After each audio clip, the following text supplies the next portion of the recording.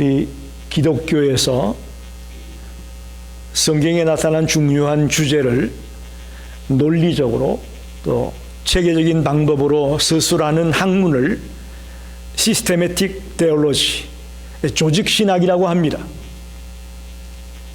굉장히 기독교에서 중요한 학문입니다. 조직신학. 그 조직신학은 7가지 주제를 가지고 있습니다. 서론이라고 하는데 그걸 이제 계시론, 성서론이라고 할 수 있고, 신론, 인간론, 기독론, 구원론, 교회론, 종말론, 이렇게 7가지의 주제가 조직신학에서 다루어지는 주제입니다. 특별히 우리가 지금 읽고 있는 골로새서는 7가지 주제 가운데 이 기독론, 크리스톨라지라고 하는 그리스도론을 다룹니다. 그리스도의 인격과 사역을 집중적으로 다루고 있는 논리가 기독론이라고 할 수가 있습니다. 도대체 왜 사도 바울이 골로새 교회 편지를 쓰면서 이 기독론을, 그리스도의 사역과 인격에 대한 이 문제를 집중적으로 거론하고 있을까? 첫 시간에 제가 말씀을 조금 드렸지만 다시 한번 말씀을 드리면, 이 골로새 교회는 바울이 세운 개척한 교회가 아니었다고 말씀드렸습니다. 에바브라라는 바울의 제자가 개척한 교회였습니다. 그런데 지금 바울은 로마의 감옥에 갇혀 있습니다. 그러자 이 에바브라가 로마의 옥중에 있는 바울을 방문했습니다. 그리고는 이렇게 저렇게 인사를 나누고 대화를 하는 중에 지금 골로새 교회 안에 약간의 문제가 있다는 이야기를 듣게 된 것입니다. 즉 거짓 교사들이 들어와서 교인들을 혼란시켰다는 것입니다. 즉 거짓 교사들이 하는 말이 뭐냐? 에바브라, 너가 전한 복음이나 또 바울의 복음은 예수 그리스도만 믿으면, 그리고 예수 그리스도를 나의 주님이라고 고백만 하면 구원받는다고 하는데 그거 너무 단순하다, 너무 심플해, 그것만 갖고 안 돼. 소위 말하는 유대 율법주의 그 전통이 있지 않습니까? 유대 율법주의의 전통도 지켜야 되고, 금욕주의를 통해서 자기를 금욕시키면서 어떤 행동이 따라와야 될 것이고, 갖가지 신비주의의 현상들도 설명을 하면서 영주주의적인 학설을 같이 곁들여서 설명을 하면서 이럴 때에 구원을 받는다라고 얘기하는 거죠.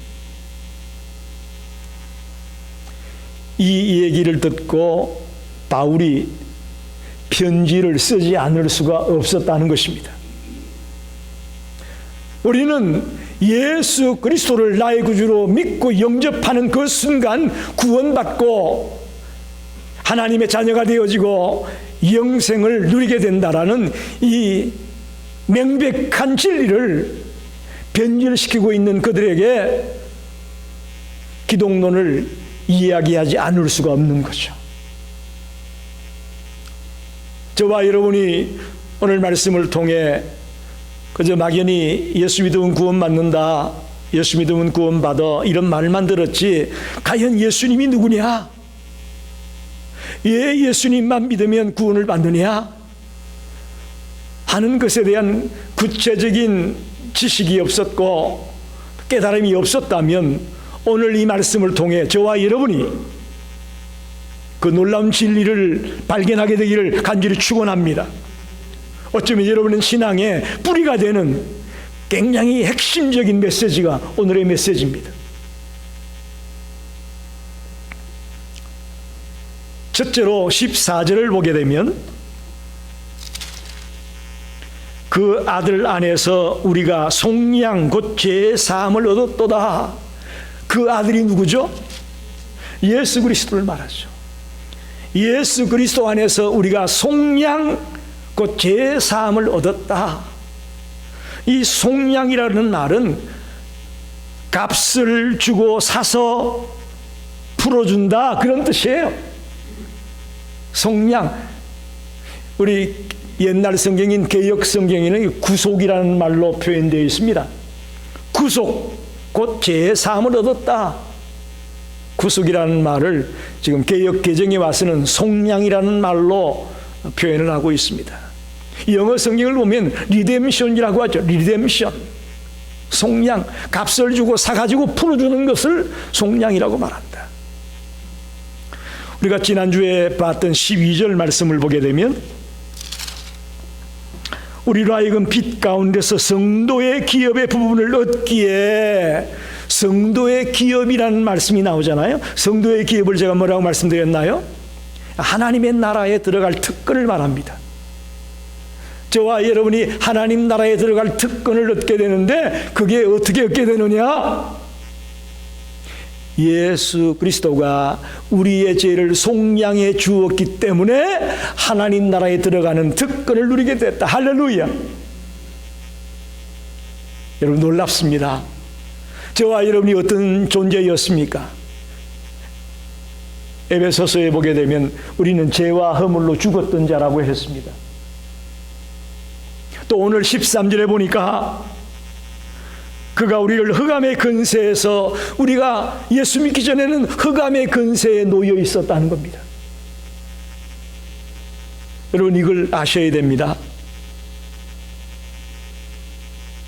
예수 믿기 전에 우리의 모습이요, 흑암의 근세에 사로잡힌 자였습니다.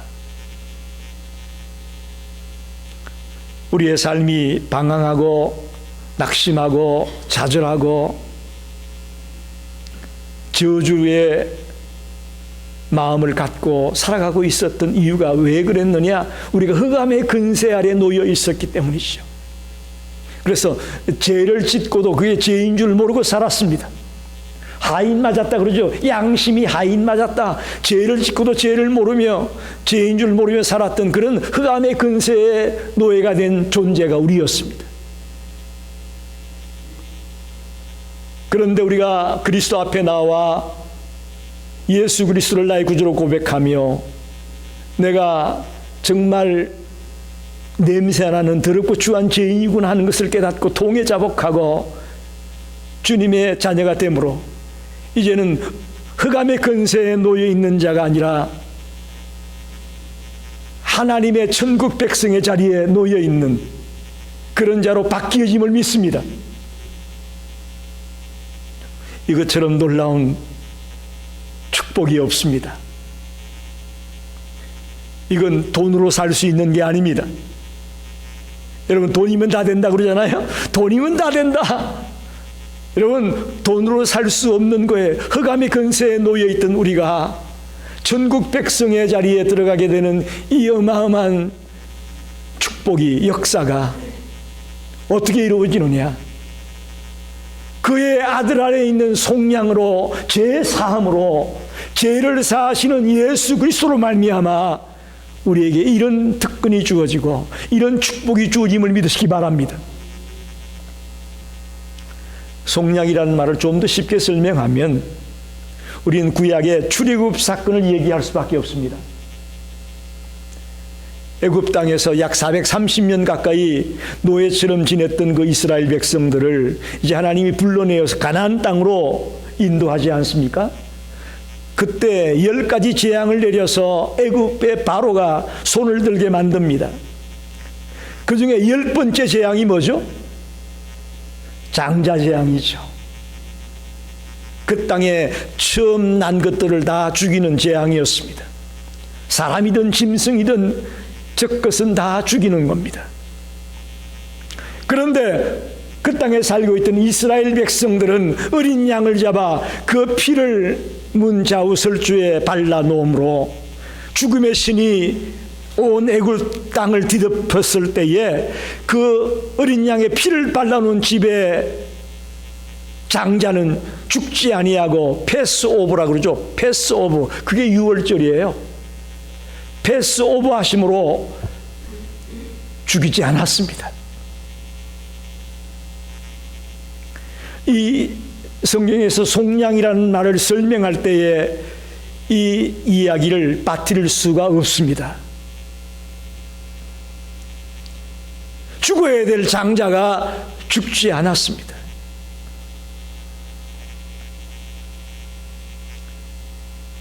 이것이 예수님이 십자가에서 피 흘리심으로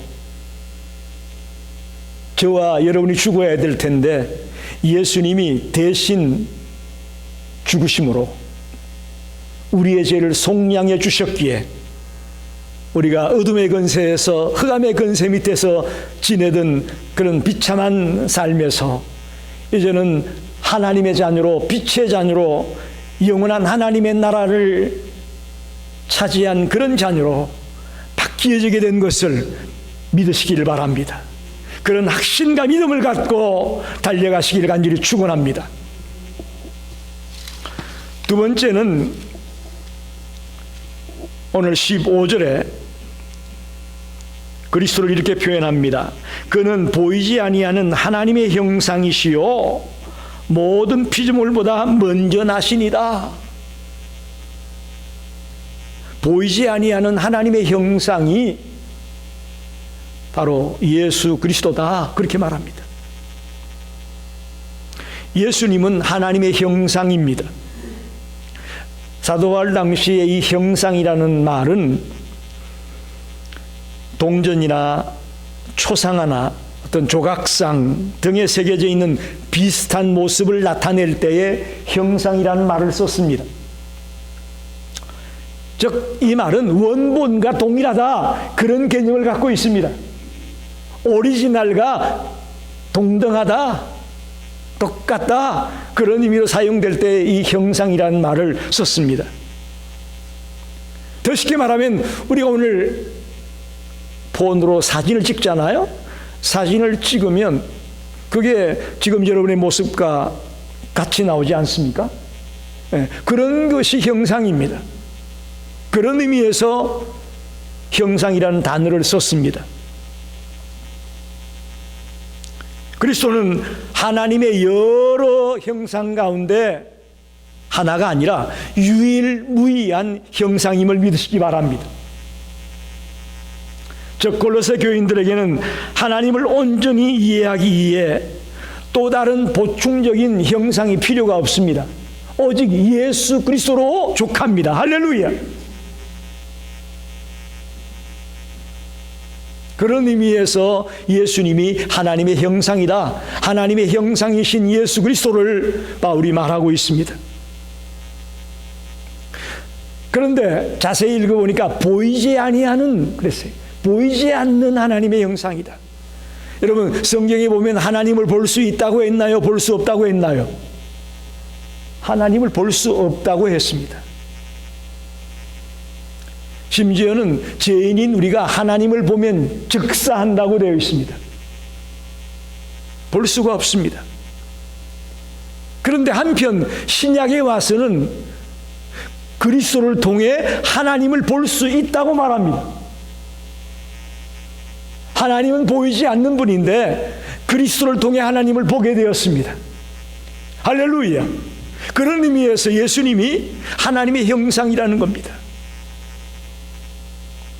그래서 우리는 예수 그리스도를 완전한 하나님이시며 완전한 인간으로 믿습니다. 예수님이 하나님만 되어도 문제가 있습니다. 예수님이 인간만 되어도 문제가 있습니다. 기묘막측하죠. 신비롭죠. 어떻게 이렇게 설명이 될 수가 있을까? 이게 진리의 말씀입니다. 이게 하나님의 말씀입니다. 우리가 믿는 예수 그리스도는 완전한 하나님이며 완전한 인간, 즉 죄가 없는 인간이라는 것이죠. 그렇기 때문에 심플 가스펠, 예수 그리스도를 통해 믿고 주님이라고 고백하는 자만이 구원을 받는다는 이 복음으로 충분하다는 거예요. 너희들 교직교사들이 얘기하는 율법 지켜야 되고 금욕적인 삶을 살아야 되고 이런 것들 소용없다. 예수가 하나님의 형상이야 라고 강조하고 있습니다. 세 번째로 16절에 보게 되면 만물이 그에게서 창조되되, 창조주이신 예수 그리스도를 말하고 있습니다. 여러분 이상하죠? 예수님은 우리가 알기에 언제 이 땅에 오셨어요? 2000년 유대 땅 베들레헴의 동정녀 마리아의 몸에서 이 땅에 오신 분으로 알고 있는데, 어떻게 태초에 하나님이 천지 만물을 창조할 때에 예수님이 창조하셨다는 말을 하는 거냐? 이해가 안 되시죠? 그러나 오늘 바울은 정확하게 진리를 우리에게 말하고 있습니다. 만물이 그에게서 창조되었습니다. 할렐루야. 우리가 하나님을 말씀할 때에 삼위일체 하나님을 말하죠. 삼위일체가 뭐예요? 성부 하나님, 성자 예수님, 성령 하나님, 이 세 분이 한 분이라는 거예요. 삼위가 한 분이라는 겁니다. 그래서 창세기 1장 1절을 보게 되면 태초에 하나님이 천지를 창조하시느니라. 이 하나님, 엘로힘 하나님으로 표현되고 있습니다. 히브리어로 엘로힘, 이 성부 하나님을 말합니다. 근데 창세기 1장 2절에 땅이 혼돈하고 공허하며 하나님의 영이 수면 위에 운행하시더라. 하나님의 영이 수면 위에 운행하고 있었다. 이 하나님의 영이 뭘까요? 성령 하나님입니다. 창세기 1장 3절에는 하나님이 가라사대 빛이 있으라 명하시니 빛이 있었더라. 여기 빛이 있으라, 이 말씀, 이 로고스가 누구를 말하고 있습니까? 성자 예수 그리스도를 말하고 있습니다. 천지 만물을 창조하는 작업에 있어서 성부 하나님과 성령 하나님과 성자 예수님이 함께 이 천지 만물을 창조했음을 성경은 말하고 있습니다.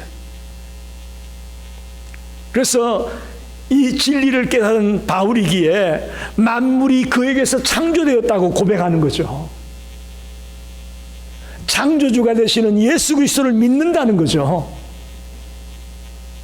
우리가 믿는 예수님이 창조주도 되심을 믿으시기 바랍니다.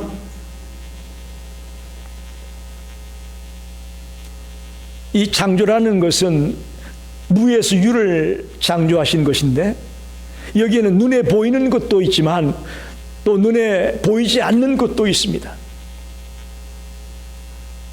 예를 들면 천사도 피조물이거든요. 천사도 피조물인데 천사는 보이지 않습니다.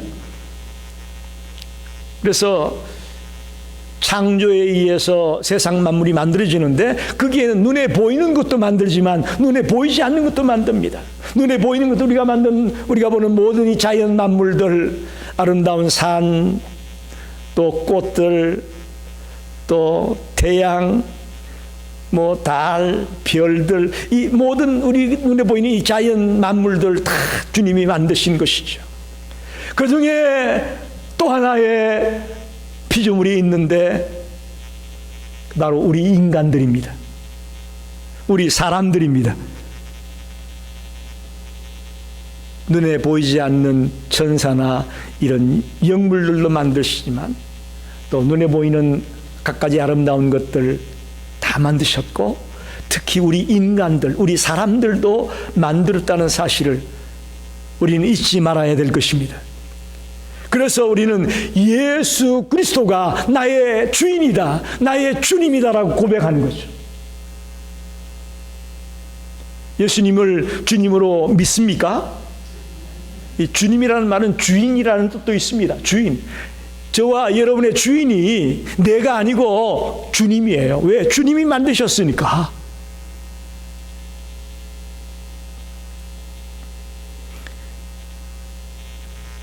저희 손녀딸 이혜지가 학교에서 뭘 만들어 오게 되면 그걸 절대로 버리질 못하게 해요. 그거 쌓아놓은 게 몇 박스가 됩니다. 자기가 만들었기 때문에 절대 못 버리게 하는 거예요. 1학년 때, 2학년 때, 3학년 때 만들어 놓은 것들을 하나도 버리질 못하게 버리려고 하면 고개를 절레절레 흔듭니다. 여러분, 이게 뭐예요?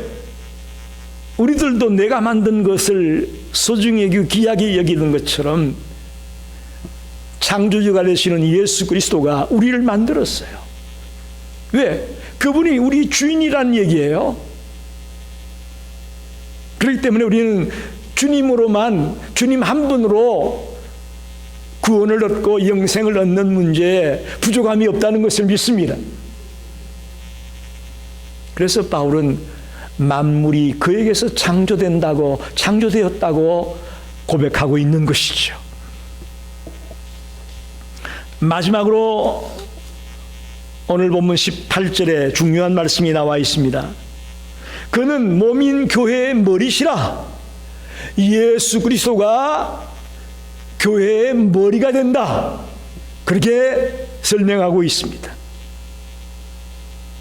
속량을 얘기하고 있고 창조를 얘기하고 있던 바울이 갑자기 교회를 얘기하고 있습니다. 하나님은 우리를 구원하신 뒤에 세상에 그냥 내버려 둔 것이 아니고 우리를 교회로 모이게 하셨습니다. 교회라는 공동체 안에 모이게 했습니다. 할렐루야. 이 굉장히 중요한 겁니다. 우리가 다 예수 믿게 됐지만 교회라는 것이 없었다면 우리의 신앙이 지금처럼 정립되지 못했을 겁니다. 그냥 우리를 세상에 내버려 뒀다면. 감사하게도 우리를 주님의 자녀로 만드신 뒤에 교회라는 공동체 안에서 한 몸을 이루게 했습니다. 한 몸을 이루게 했습니다. 여러분, 우리 몸의 모든 것들을 움직이는 브레인이 뭘까요? 머리죠. 머리가 명령을 내리는 거예요. 야, 배가 고프다, 먹어라.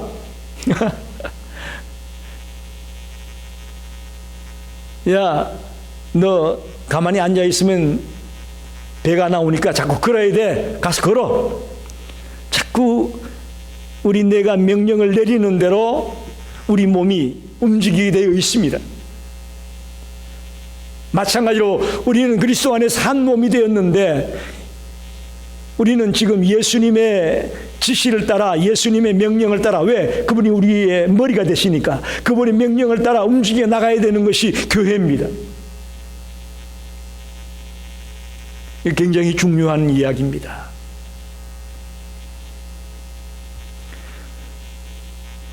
우리의 몸이 활동하는 것이 머리의 명령을 따라 움직이듯이 교회에 지체된 우리들이 머리이신 그리스도의 명령을 따라 움직이는데 그리스도가 또 모든 걸 필요한 걸 공급해 주십니다. 할렐루야. 그냥 하라는 게 아니에요. 필요한 것들을 다 공급해 주면서 하게 하십니다. 19절에 이렇게 말하잖아요.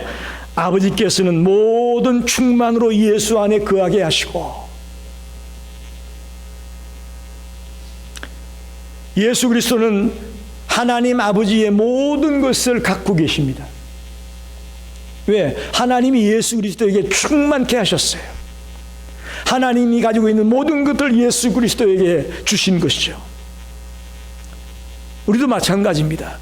예수 그리스도께서 어떤 일을 하라고 하실 때에 우리에게 모든 것을 제공해 주면서 하게 하시는 줄 믿습니다.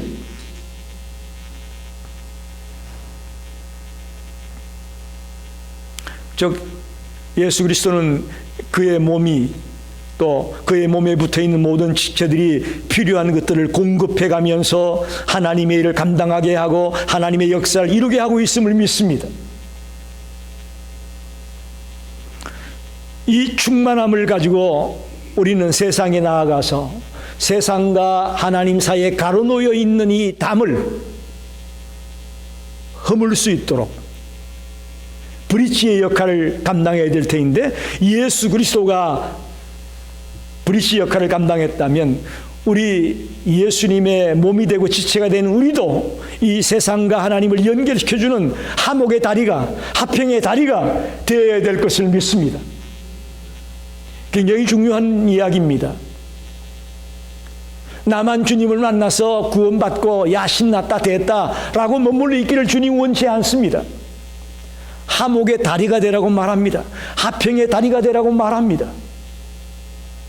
죄로 말미암아 하나님과 단절되어 있는 그들에게 우리가 찾아가서 이제 하목의 다리를 낳아서 그들이 하나님과 연결되기 원하고 그들이 주님을 만나기를 원하는 그런 메시지가 담겨 있는 겁니다. 저와 여러분이 이 땅에서 하목의 다리가 되어서 이 세상을 변화시켜 나가는 하나님의 자녀들이 되시기를 간절히 축원합니다. 말씀을 정리합니다. 로마 제국을 여러분 아시죠? 지금의 세계 리더 국가가 미국이라면 로마 시대 때 그 로마는 미국 이상의 파워를 갖고 있는 어마어마한 나라였습니다. 그때 당시에 백성들 간의 인사말이 뭐였느냐 하면 가이사는 주님이시다, 그런 인사를 했습니다. 사람들끼리 인사를 하는데 가이사는 주님이시다. 가이사는 로마 황제를 지칭하는 칭호입니다. 가이사는 주님이시다. 그러면 상대방이 그렇게 인사를 하면 어떻게 인사를 받아야 되냐 하면 맞습니다, 나의 주님은 가이사입니다, 이렇게 인사를 하는 거예요. 이렇게 인사를 주고받았어요. 그런데 크리스찬들은 사람들이 가이사는 주님이시다라고 인사를 하게 되면 어떻게 인사를 했느냐 하면 아닙니다, 나의 주님은 예수 그리스도입니다. 어떻게 됐을 것 같아요? 그렇게 인사했다가 어떻게 됐을 것 같습니까? 우리가 잘 아는 로마의 콜로세움 경기장 안에 기둥을 세우고 거기 묶어놓고 사나운 짐승들을 풀어서 물어 뜯어 죽인 거예요.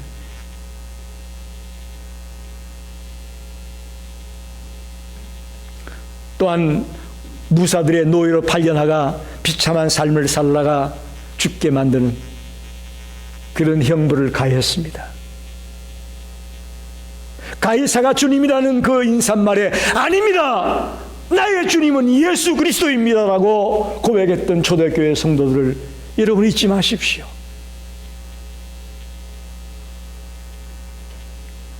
로마가 그렇게 기독교인들을 핍박하고 죽이려고 했지만 끝내는 로마도 항복했습니다. 313년에 콘스탄틴 대제가 기독교를 로마의 국교로 공인하고 말았습니다. 어떻게 가능했느냐? 죽음을 두려워하지 아니하고 예수 그리스도를 나의 주님이라 고백했던 믿음의 선배들이 있었기에 가능했습니다. 여러분 자신 있습니까? 지금 여러분 어디에 갖다 세워놔도 아닙니다, 나의 주님은 예수 그리스도입니다라고 고백할 용기와 자신이 있습니까? 오늘 말씀을 통해 저와 여러분 그런 담대함을 갖게 되기를 축원합니다. 우리가 믿는 예수님은 죄를 사하시는 속량하시는 주님이십니다. 우리가 믿는 예수 그리스도는 하나님의 형상입니다. 유일무이한 하나님의 형상으로 오신 예수 그리스도를 믿으시기 바랍니다. 또한 그분은 삼위일체 하나님이 함께 태초에 천지 만물을 창조하실 때에 창조의 역사를 이루셨던 분이 예수 그리스도임을 믿으시기 바랍니다. 그래서 그분이 나의 주님이에요. 나의 주인이 되신 겁니다. 더 나아가 우리를 주님의 자녀로 부르시고는 세상에 버려두지 아니하고 교회라는 공동체 안에 불러놓으시고 한 몸을 이루게 해서 주님의 지시를 따라 함께 움직이며 함께 맡겨주신 사역을 감당하게 하시는 주님인 줄 믿습니다. 그 사역이 뭐냐? 하목의 다리가 되는 겁니다. 화평의 다리가 되어서 이 세상과 단절되어 있는 하나님과 세상이 단절되어 있는 이것을 연결시켜주는 귀한 사명이 우리에게 있습니다. 아무쪼록 오늘 이 말씀이 저와 여러분에게 큰 힘이 되기를 원합니다. 우리의 삶이 만만치 않아요, 그죠? 하루하루의 삶이 만만하지 않습니다. 곤고하고 힘들고 어렵습니다. 그러나 이때 우리가 새로운 힘을 얻고 용기를 얻을 수 있는 것이 뭐냐?